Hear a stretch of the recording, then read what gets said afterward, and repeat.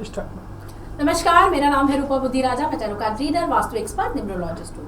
आज हम आपको बताने जा रहे हैं एक बहुत महत्वपूर्ण बात। जानते हैं, हम पूजा करते हैं, पूजा पाठ करते हैं, हम सोचते हैं हमें उसका लाभ क्यों नहीं मिला। हमने तो पूजा पाठ की लेकिन हमें उसका उतना लाभ नहीं मिल रहा। उसका कारण जानते हैं आप? कुछ ऐसे नियम होते हैं, कुछ ऐसी चीज़ें होती हैं जो हमें पूजा पाठ करते समय नहीं करने चाहिए। आज मैं आपको कुछ जानकारियाँ, बहुत महत्वपूर्ण जानकारियाँ आज आपको कुछ बताने जा रही हूँ जो कि आपको पूजा करते समय नहीं करने चाहिए। आप जानते हैं कि हम जब मंदिर जाते हैं, हम हाथ में प्रणाम करना चाहते हैं। हम एक हाथ से प्रणाम करना चाहते हैं, जैसे हो गया ना, ऐसे भगवान जी को ऐसे कर दिया, कभी भी ऐसे नहीं करते। जब आप मंदिर जाएं, नियमों का पालन कीजिए, दोनों हाथ इस्तेमाल कर भगवान को अपना सिर निभाएं। कहते हैं ना, जो सिर निभाता है अपने सर पे रखे हुए पाप भगवान के चरणों में अर्पित करता है। मंदिर जाने का मतलब है हम अपने जीवन में पॉजिटिविटी अट्रैक्ट करते हैं, पॉजिटिव मन के साथ मंदिर जाते हैं। वहां जाकर हमने जी थोड़ा सा दूर से ही ऐसे प्रणाम कर दिया, ऐसे कर दिया, ऐसे नहीं करना चाहिए। आपको हमेशा भगवान के सामने जाकर नतमस्तक होना चाहिए। तब कहते हैं कि आपके सर पर जो पाप होते हैं वो नीचे गिरते हैं, इसलिए आपको दंडवत प्रणाम करना चाहिए। और हम बात करते हैं, मंदिर में किसी व्यक्ति के चरण नहीं छूने चाहिए। जब हम मंदिर गए हैं तो हमें सिर्फ भगवान के चरण छूने चाहिए, लोगों के चरण नहीं छूने चाहिए, ऐसा नियम है। जाप करते समय जीभ या होंठ को नहीं हिलाना चाहिए, इससे मानसिक जाप कहते हैं। जब आप जीभ को और मुंह को ना हिलाएं, होंठ ना हिलाएं, जोर जोर से जाप ना करें, मन में करें, इसे मानसिक जाप कहते हैं। इसका जितना आपको लाभ मिलता है उतना आपको मंत्र जपने का नहीं मिलता, इसका आपको बहुत लाभ मिलता है।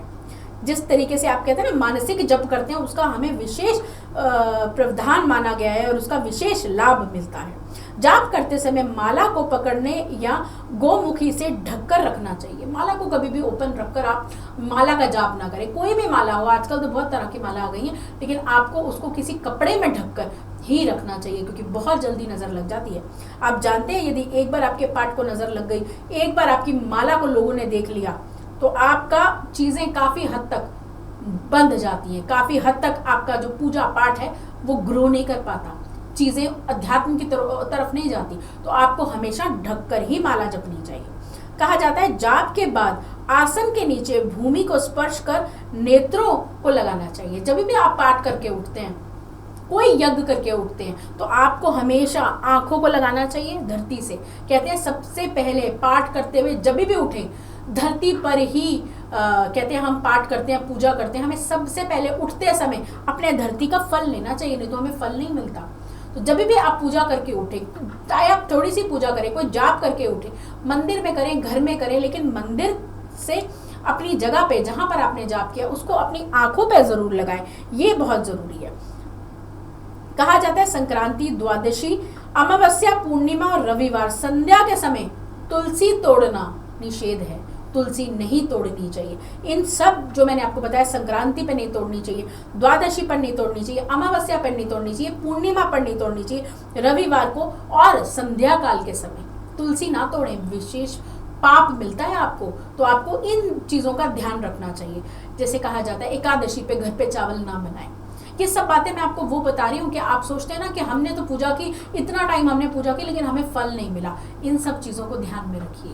एकादशी वाले दिन चावल ना खाया कीजिए, चाहे आप व्रत रखें या ना रखें, लेकिन एकादशी पर चावल बनाना, खाना कष्टों को बढ़ाता है, पीड़ा को बढ़ा देता है, साथ में आपको जो फल मिल रहा है पूजा का वो नहीं मिलता। तो इन बातों का आप ध्यान रखिए। दीपक से दीपक ना जलाएं।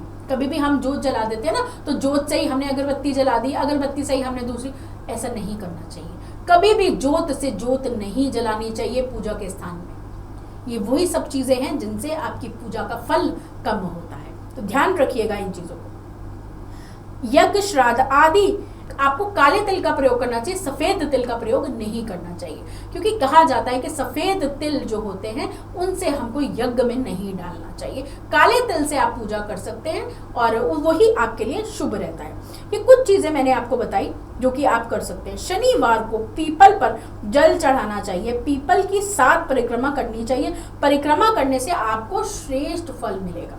तो शनिवार जैसे आप शनि मंदिर जाते हैं, वैसे ही आप जाइए और शनि देव के आगे दीपक जलाइए और उनकी परिक्रमा कीजिए, आपको विशेष लाभ मिलेगा। भोजन प्रसाद का मुझे लगता है कभी किसी का भोजन या प्रसाद कोई खा रहा हो उसको लांघना नहीं चाहिए। ये छोटी छोटी कुछ चीज़ें मैंने आपको ऐसी बताई जिसको करने से आपको लाभ भी मिलेगा और साथ ही साथ आप ना दोष से बच सकते हैं, जो बड़े दोष लगते हैं। तो ये रही कुछ चीज़ें, इनका आप लाभ उठाइए और ना कीजिए ताकि आपको फल मिल सके। धन्यवाद।